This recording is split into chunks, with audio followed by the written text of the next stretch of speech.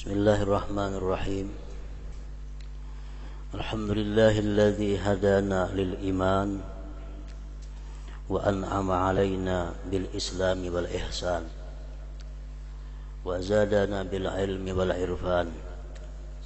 Asyhadu an la ilaha illallah wahdahu la syarika lah al-hannanul mannan wa asyhadu anna sayyidana Muhammadan abduhu wa rasuluhu khairul insan.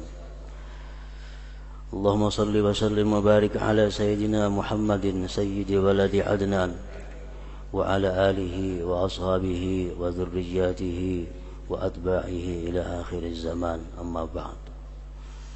Yang kita hormati dan kita cintai para habaib, para alim ulama, guru-guru agama, para muhibbin, hadirin hadirat rahimakumullah. Alhamdulillah, puji syukur selalu kita haturkan kehadirat Allah Subhanahu wa ta'ala atas hidayah inayah sehingga kita pada malam hari ini dapat kembali berkumpul bersama-sama di majelis yang penuh berkah ini. Dan pula salawat dan salam selalu kita haturkan kepada junjungan kita Nabi besar Muhammad sallallahu alaihi wasallam dan kepada seluruh keluarga, para sahabat, zurriyat dan para pengikut beliau ila akhiriz zaman. As-sabi' wal arba'un min suwaril Qur'an suratu Muhammad. Yang ke-47 dari surah-surah yang ada di dalam Al-Qur'an, yaitu surat yang bernama dengan Muhammad.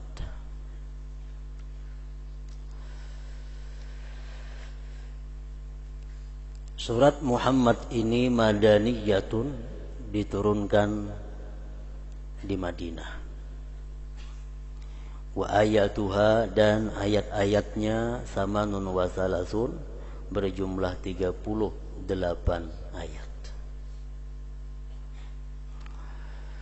Para muhibbin rahimakumullah, surat yang ke-47 ini dinamakan dengan surat Muhammad, yaitu nama junjungan kita sallallahu alaihi wasallam. Karena mana di dalamnya itu ada menyebut tentang nama daripada Muhammad itu. Sebagaimana firman Allah Subhanahu wa ta'ala di dalam surat yang ke-47 ini ayat 2. Walladzina amanu wa amilus salihati wa amanu bima nuzzila ala Muhammad wa huwal haqqu min rabbihim kaffara anhum sayyi'atihim wa aslaha balahum. Artinya orang-orang yang beriman dan beramal saleh dan beriman dengan sesuatu yang diturunkan atas Muhammad, itulah yang benar dari Tuhan mereka. Niscaya kami tebus daripada mereka kesalahan-kesalahan mereka, dan Allah membaguskan keadaan mereka itu. Kaffara anhum sayyi'atihim, niscaya Allah menebus daripada mereka dosa-dosa mereka, dan Allah membaguskan keadaan mereka. Para muhibbin rahimakumullah, ini ayat sebagaimana ayat-ayat yang lain selalu menyertakan walladzina amanu dengan wa amilus salihat. Walladzina amanu wa amilus salihat, orang-orang yang beriman dan beramal saleh.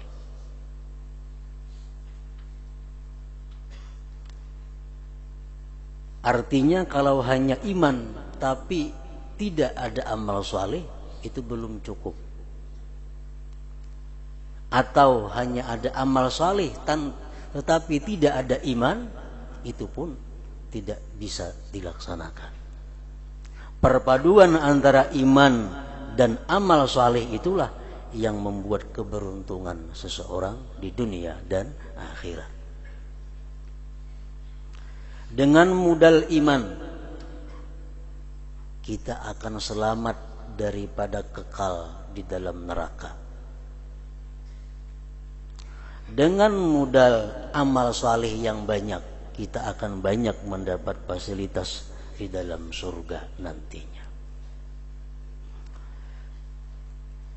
Contohnya, orang-orang yang beriman bahwasanya Allah Subhanahu wa ta'ala itu esa. Kita semuaan ini beriman, percaya bujur bahwa Allah itu wahid esa. Itu iman.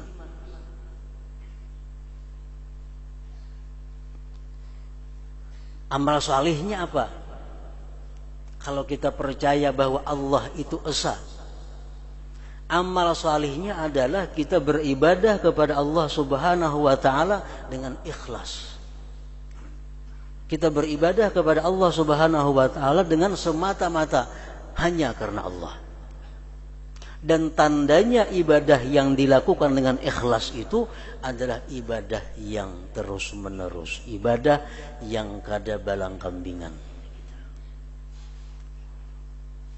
Kalau orang beribadah itu kada ikhlas, bila mana dipuji dia rajin, bila mana dicela dia berhenti. Itu tandanya orang beribadah kada ikhlas. Nah, iman kepada Allah bahwa Allah itu esa, tapi ba'amaria, beribadah kada ikhlas, belum cukup. Belum cukup. Mesti diiringi keimanan kepada Allah yang esa itu dengan ibadah yang murni, yang ikhlas semata-mata karena Allah Subhanahu wa ta'ala. Contohnya lagi, Allah, innallaha yarzuqu may yasha. Kita percaya, kita beriman bahwasanya Allah itu memberikan rezeki yang luas kepada orang-orang yang Dia kehendaki. Percayalah kita itu. Percaya. Ada percaya kafir. Bahwa Allah memberikan rezeki yang luas kepada orang yang Dia kehendaki. Kita percaya. Nah, amal salihnya apa kepercayaan itu? Apabila kita ada melihat saudara kita yang dapat rezeki yang luas, kita pun bersyukur kepada Allah Subhanahu wa ta'ala. Kita pun mendukung, mencintai orang yang diberi Allah rezeki yang luas itu. Itu tandanya kita beriman bahwa Allah memberikan rezeki kepada orang yang Dia kehendaki. Kalau kita percaya bahwa Allah itu memberikan rezeki kepada orang yang Dia kehendaki, tetapi apabila ada hamba Allah yang dapat rezekinya luas, kita dengki, kita iri, berarti iman kita aja yang ada, amal saleh kita kedada. Kalau hanya modal iman, itu belum cukup untuk bisa langsung menuju surganya Allah Subhanahu wa ta'ala. Nah, para muhibbin rahimakumullah, dalam setiap ayat-ayat Al-Quran disebutkan walladzina amanu wa amilus shalihat. Orang yang beriman dan beramal saleh.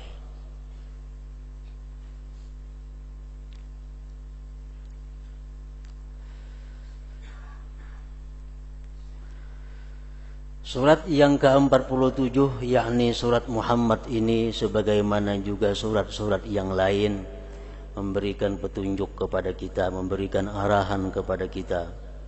Di antaranya dalam ayat 7 yang berbunyi, ya ayyuhalladzina amanu in tansurullah yansurkum wa yusabbit aqdamakum. Ya ayyuhalladzina amanu in tansurullaha yansurkum wa yusabbit aqdamakum. Artinya, hai orang-orang yang beriman, jika kalian itu menolong Allah, jika kalian membela Allah, maka Allah akan membela kalian. Dan Allah akan menetapkan pijakan kamu atas iman sampai akhir hayat kamu. Nah, di sini ada pertanyaan, hai orang-orang yang beriman, jika kamu membela Allah, Apa maksudnya dengan membela, menolong Allah? Sedangkan Allah Maha Kuat, Allah Maha Menolong. Tapi kenapa Allah di sini mengatakan, hai orang-orang yang beriman, jika kamu menolong Allah, membela Allah? Para ulama tafsir menjelaskan maksud daripada jika kamu menolong Allah, membela Allah, maksudnya intan surudinallah, jika kamu menolong, membela agama Allah subhanahu wa ta'ala. Ada yang mengatakan, sebagian ulama tafsir, artinya jika kamu membela agama Allah. Kayak apa membela agama Allah? Wadzalika bil amri bil ma'ruf wan nahyi 'anil munkar. Salah satunya dengan melaksanakan amar ma'ruf nahi munkar. Kita menyuruh anak kita sembahyang, nak sembahyang, itu membela agama Allah. Kita melarang anak kita untuk melakukan satu maksiat, berarti kita membela agama Allah. Setiap perbuatan amar ma'ruf nahi munkar itu merupakan bagian daripada membela kita kepada agama Allah subhanahu wa ta'ala. Nah, para muhibbin rahimakumullah, Rasulullah sallallahu alaihi wasallam bersabda, ya ayyuhan nas, innallaha yaqul la ta'murunna bil ma'ruf wa la tanhaunna 'anil munkar qabla an tad'u fala yustajabu lakum. Rawahu Ahmad. Rasulullah bersabda, wahai manusia, sesungguhnya Allah berfirman, hendaklah kalian itu melaksanakan amar ma'ruf dan nahi munkar. Sebelum kamu berdoa, maka tidak diijabah oleh Allah doa kamu. Artinya kalau kita kadang melaksanakan tugas kita sebagai mukmin, sebagai muslim, untuk amar ma'ruf nahi munkar, doa kita kadang akan diijabah oleh Allah subhanahu wa ta'ala. Yang pertama dan utama wajib kita melaksanakan tugas amar ma'ruf nahi munkar ini adalah, para muhibbin, sesuatu yang ada dalam keluarga kita, dalam rumah tangga kita. Kita amar ma'ruf nahi munkar kepada orang-orang yang di bawah tanggungan kita, termasuk istri, termasuk anak, termasuk orang-orang yang membantu di rumah kita. Bila ada mereka itu melakukan satu kemungkaran, kita wajib untuk mencegahnya. Dan bila mereka lalai melakukan kebaikan, kita wajib menyuruhnya. Kalau tidak demikian, doa kita kadang akan diterima oleh Allah subhanahu wa ta'ala. Kayak apa doa kita hendak kabul? Bini kita maksiat kada ditagur, anak maksiat kada ditagur. Walaupun tengah malam kita berteriak kepada Allah, fala yustajabu lakum, Allah tidak akan mengabulkan bagi kamu.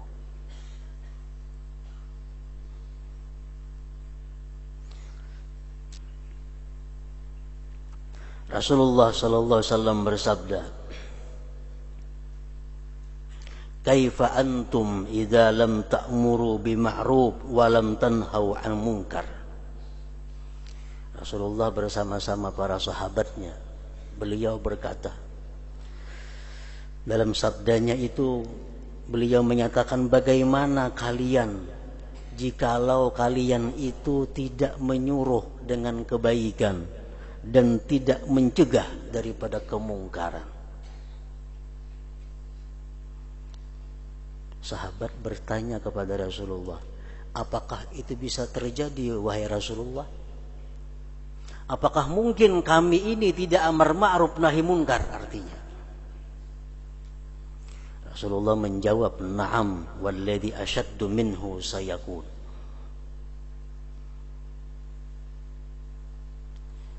Jar Nabi, nantinya amar ma'ruf nahi munkar itu tidak akan dilaksanakan lagi.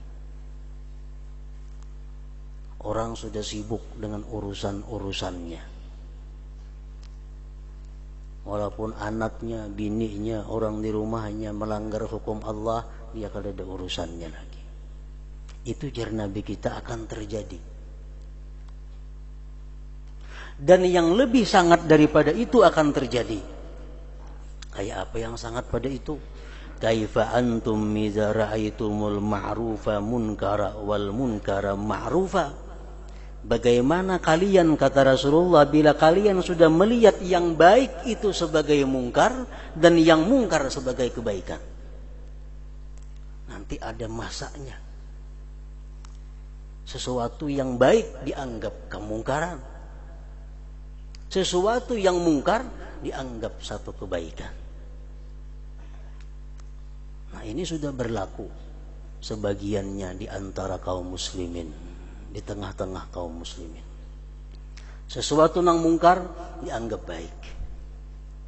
Sesuatu yang baik dianggap mungkar. Di kampung-kampung sudah mulai ada gejala. Orang bapangantinan itu kada abdal kalau kada bakaruki. Kurang. Jadi harus ada karukinya. Berarti itu dianggap munkar, dianggap sesuatu yang baik. Dan sekampungan turun begutung ruyung ulah panggungnya. Nang haji-haji sama umpat bekopi haji maulah panggung karaoke. Nah, ini berarti apa? Sesuatu yang mungkar dianggap sesuatu yang baik.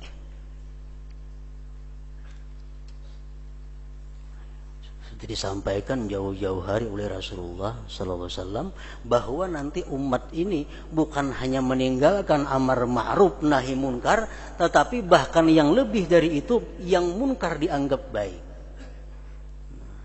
Yang mungkar dianggap baik, yang baik dianggap munkar. Orang-orang tua, ibu bapak mendidik anak dengan maksiat dianggap satu kebaikan. Anak-anak nang halus, nang umur berapa tahun, rambutnya dipirangi, dihabangi. Anak dilatih untuk kada mensyukuri nikmat Allah. Nangkai suka, nangkai juga. Melihat cucu berpirang itu. Nah, ini satu gejala bahwa dalam rumah tangga itu yang mungkar dianggap baik. Kayak bahan kabul doa.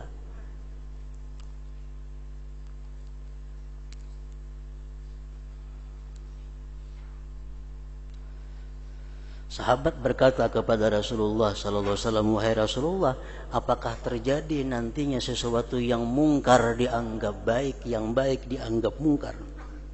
Rasulullah berkata, "Walladzi nafsi biyadihi wa ashaddu minhu sayakun." Yang lebih dari itu pun akan terjadi. Idza amartum bil munkar wa nahaitum 'anil ma'ruf.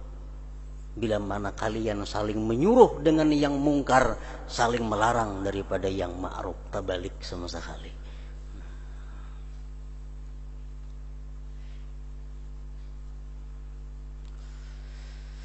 Nah, di saat itu kata Rasulullah sallallahu alaihi wasallam, yaqulullahu ta'ala bi halabtu la utihanna lahum fitnatay yasirul halim biha hayran. Kalau sudah masa seperti itu, orang-orang selalu bertolong-tolongan kepada yang mungkar, tetapi tidak bertolong-tolongan dalam hal kebaikan, dalam hal takwa.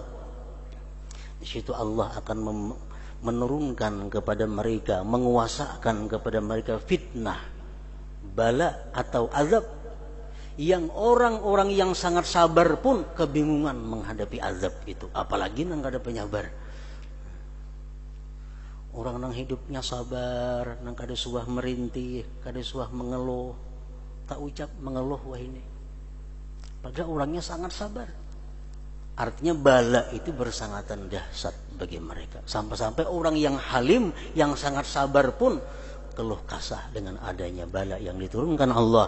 Disebabkan karena perbuatan manusia saling menolong-menolong dalam kemungkaran, cegah-mencegah dalam kebaikan. Para muhibbin rahimakumullah, ini salah satu tafsir para ulama mengenai pengertian jika kamu membela Allah, artinya menolong agama Allah, salah satunya dengan menegakkan amar ma'ruf nahi munkar. Sebagian ulama tafsir lagi menjelaskan pengertian bahwa jika kamu membela Allah itu artinya intan suruh hizballah. Jika kamu membela Allah, Allah akan membela kalian. Artinya jika kamu membela partai Allah, jika kamu membela golongan Allah, jika kamu membela kelompok Allah, kita mendukung partai Allah, Allah pasti akan mendukung kita. Macam apa yang dimaksud dengan partainya Allah itu? Golongan Allah itu. Partai Allah itu adalah partai yang diisi oleh orang-orang yang radhiyallahu anhum wa radu'an, ulaika hizbullah, ala inna hizballahumul muflihun. Partai Allah itu yang pengurusnya diisi oleh orang-orang yang ridha Allah bagi mereka dan mereka pun ridha kepada Allah. Itulah disebut partainya Allah. Pengurus partai ini orang yang diridai Allah semuaan dan mereka pun ridha kepada Allah. Dan bila ada partai yang macam itu, kita bela, kita dukung, karena itu adalah partainya Allah. Allah pasti akan membela kita. In tansurullah yansurkum. Pengurus partai itu bila orangnya semuaan diridai Allah, akhlaknya, tingkah lakunya, budi pekertinya diridai Allah, mulai ketuanya, sekretarisnya, segala macamnya sampai kepada simpatisannya semuaan diridai Allah. Itu partainya Allah, artinya itu yang kita bela. Jangan membela partai syaitan. Dalam surat Mujadalah Allah menyebutkan lawannya partai Allah ini ada partai syaitan. Tandanya partai syaitan itu apa? Istahwadha alaihimus syaitan fa'ansahum dzikrallah ulaika hizbus syaitan ala inna hizbas syaitan humul khasirun. Partai syaitan ini yang orang-orangnya itu diliputi oleh syaitan. Dia hanya memikirkan dirinya, memikirkan kelompoknya, lupa kepada Allah. Itulah partai syaitan. Dan partai syaitan itu akan rugi, tidak akan beruntung di sisi Allah subhanahu wa ta'ala. Nah ini jangan dibela kalau nggak itu.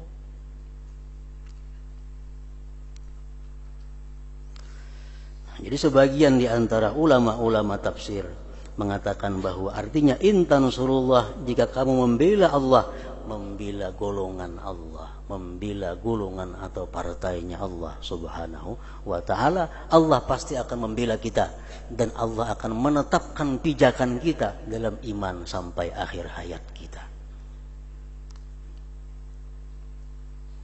Ada lagi ulama tafsir yang mengatakan bahwa artinya intan surullah, jika kamu membela Allah, artinya intan suru man amarallah binasri. Jika kamu membela, menolong orang-orang yang Allah perintahkan menolongnya. Kalau kita diperintah Allah untuk menolong si fulan, kita tolong dia, berarti kita menolong Allah ngarannya. Kalau kita disuruh oleh Allah untuk membela si fulan, kita bela fulan itu, berarti kita membela Allah ngarannya. Intan surullah, artinya intan suruh man amarallah binasri, jika kamu menolong orang-orang yang Allah suruh menolongnya. Siapa yang Allah suruh ditolong, kita tolong, berarti kita menolong Allah.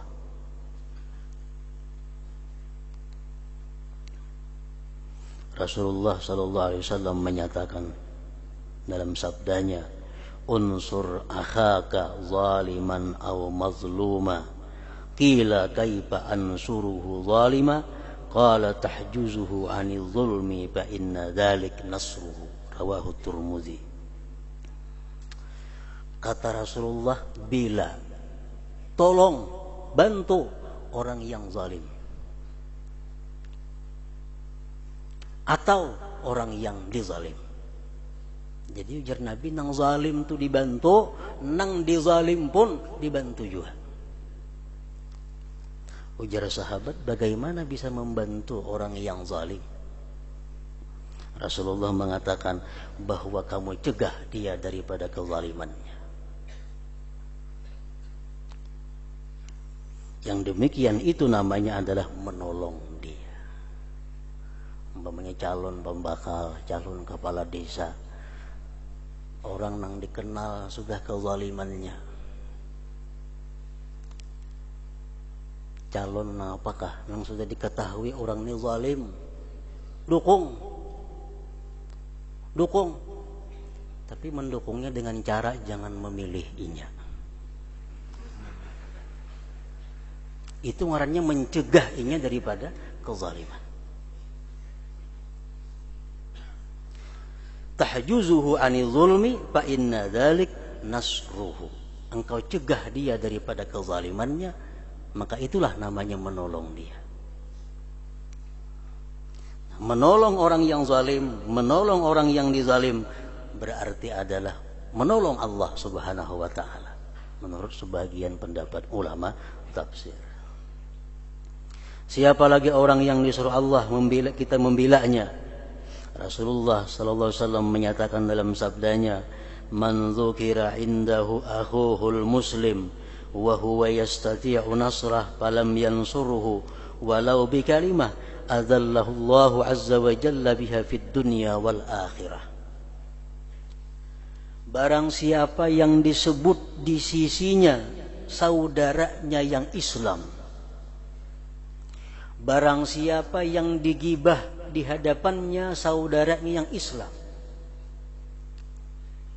dia biarkan gibah itu, dia tidak melarangnya dan tidak membela orang yang digibah itu, maka orang ini akan dihinakan Allah di dunia dan akhirat.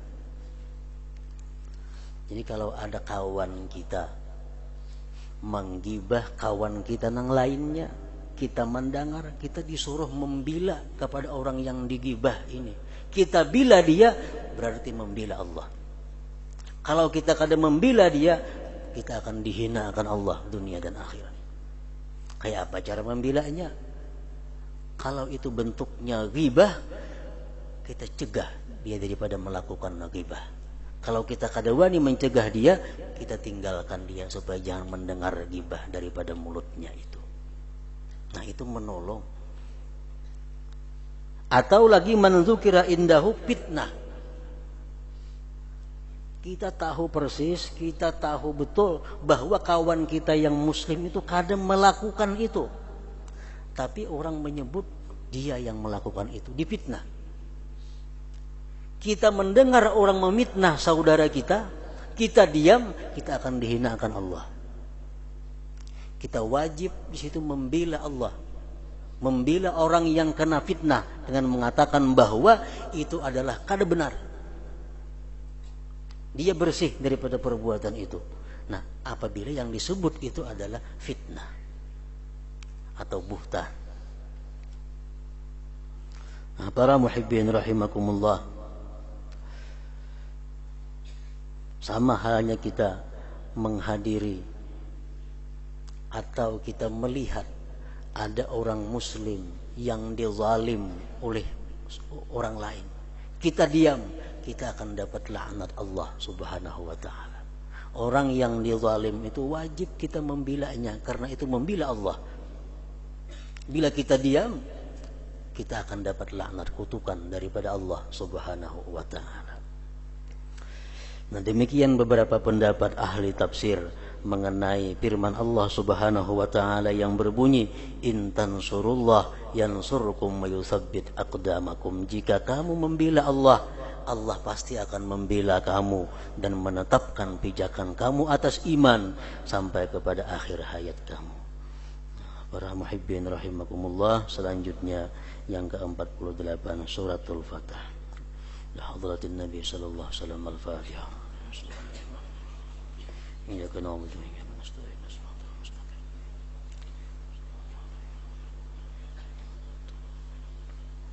أشهد أن لا إله إلا الله وحده لا شريك له أشهد أن سيدنا محمدا عبده ورسوله